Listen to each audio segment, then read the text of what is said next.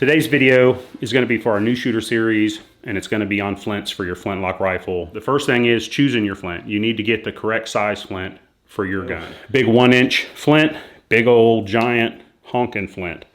Now if you look at these locks, there's your 1-inch frizzen, roughly 7/8, you know, a little bit smaller than 7/8, and then a little tiny 1/2-inch pistol frizzen. You can see that that is a really nice matchup for that. Maximizing your surface that gets scratched by that flint, but you don't want to overhang. So you don't want to put this flint on this smaller frizzen and have overhang, particularly to the inside where your barrel and your lock made up, because this big flint in a smaller lock, as you fire it, the corner of that flint is going to score the diagonal flat on your barrel, and you don't want that. The next thing is orienting your flint. You're typically going to put it in the jaws in a leather pad, and that flint can be oriented with the hump up or oriented with the hump down, depending on your frizzen and your flint interface. So typically, bezel up is going to give you a nice scraping motion like that, right? A lot of times bezel down will give you too square an impact, and you don't want that. That's going to hit that frizzen, bounce it, and probably with enough force to bounce it back as you're closing and jam these mechanisms up in the pan. Probably fire, but you're going to look down and you're going to see your frizzen down and bit into your flint, and you don't need that. So if you put your flint in your jaws and you find it's still a little too much of a impact motion, then take one of your pieces of leather that holds your flint, and if you have a spare, and just take a little slice of it about an 1/8 inch wide and kick it underneath the base to tilt that down. You're going to get the most amount of sparks that you can possibly get.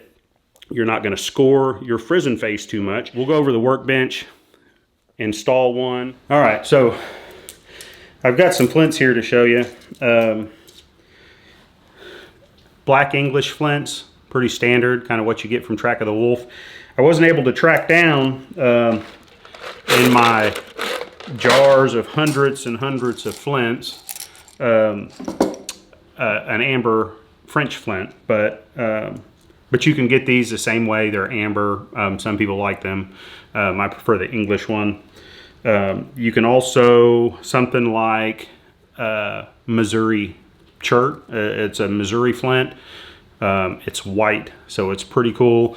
It's a little harder maybe than English flints, so it really throws some good sparks. They're hard to get. You've got to know a flint knapper. But that right there, mechanically cut. You see these on eBay, I think back in the 70s and 80s. This was a thing for a while. Avoid those. Oh, one thing real quick is your leathers. So piece of leather to hold your flint in, standard, kind of any thickness, anything from 3/4 kind of thin on up to kind of 5/6 is good thickness leather. And it doesn't have to be too thick. It has to grip. That's basically it. And I really like this thin one here. One thing I do is cut a notch just with an X-Acto knife or a razor blade in the back. And what that does is it bears the flint so it can go against the screw. Now what we're looking at with this screw pretty loose and the flint all the way back against the screw is we can start to tighten this up. Now the main thing we're looking for is the interface between the frizzen and the flint. They need to hit and come together flat. They don't need to be at an angle, so you have to adjust your flint so it impacts straight on to that frizzen. If we take this flint out and flip it bezel down and then come on down, then what we see is it's hitting way up here at the top and it's almost a 90-degree impact, and we don't want that. So the last thing we do is make sure that where it's seated in the jaws is not going to cause the corner of that flint to hit your barrel. Some flints will be seated just right where it'll want to ding that, and I have got one tiny ding in there. So no big deal, but just be aware of that. That's it. Nothing to it. Those things. Don't hit your barrel. Orient it up or down. Orient it side to side. Tighten it up. Okay, so knapping the flint. This is, everybody's got their own way of doing it. There's right ways, there's wrong ways, there's field expedient ways, there's 100% proper engineer approved, geologist approved way of doing it. So you're gonna fall somewhere in the middle. Better to do it more right than more field expedient. Field expedient's gonna be using your knife edge. Now if you practice that and tap it just right, you'll get the same effect as knapping properly. But field expedient, do it if you need to. You can use a screwdriver and tink it, or you can also press flake it, keeping in mind that a ferrous, and this is not hardened, this is mild steel, so it's likely not gonna give you a spark, but keep in mind that anything ferrous on the flint is going to want to spark, hit hard enough, and hit just right. So keep that in mind. Don't be loaded. Safety, downrange all the time. Be aware of that. Don't mess with that with powder in your pan. Lay a piece of rag, lay a piece of patching material, lay one of your patches, round pre-cut patches, lay it in the pan if you're worried and you're using something like this. You can also use a knapping hammer. So lots of different kinds of those. The flat edge, kind of a knife edge, you still want to use that sideways. So across this knife edge, like this, not along with it like that. Some of the little hammers have a point on them, and same thing, just gives you a smaller impact area and not having to orient it like the knife edge. So you're just tap, tap, tap, tap, tap, tap, tap, tap, until you're starting to get those little flakes off of it and you know it's sharpening up. But the ideal way for me, and you can make these or you can buy them. I bought this, but it's a rod and it's got steps, graduated steps all down the rod. This step is a little thinner. This is a little deeper cut in. You can take a nail and cut notches in it. You can do lots of things. You can take a steel rod like this, a brass rod like this, cut that hammer off and notch that edge and put the notch in and press flake those edges out. So let's go ahead and get to it, and I'll show you how I do this, and hopefully you learn something from it. All right, so you can use anything you want to tap this rod. Some people like to push it. I like to tap it. So what you're gonna do, and here's our face right here,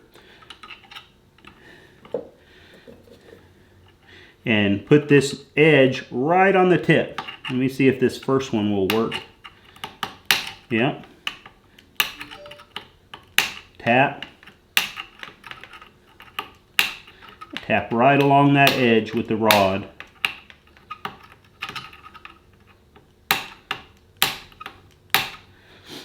Until you've gone all the way down the end.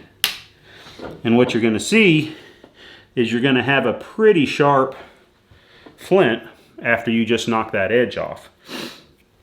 So you can really bite in there with this deeper notch and really bust off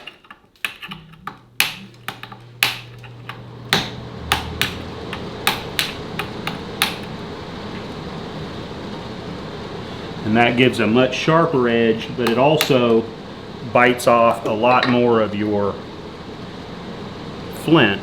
So there's, I don't know if you can see that, but that's a pretty big chip off of there. Now it is sharper than it was with that first shallow edge, but you can also, and a lot of people will do this, is take this out of battery, which means to not have it on either notch on the tumbler. So you're just having it free floating in here. Pull the trigger, let it free float forward, and then press.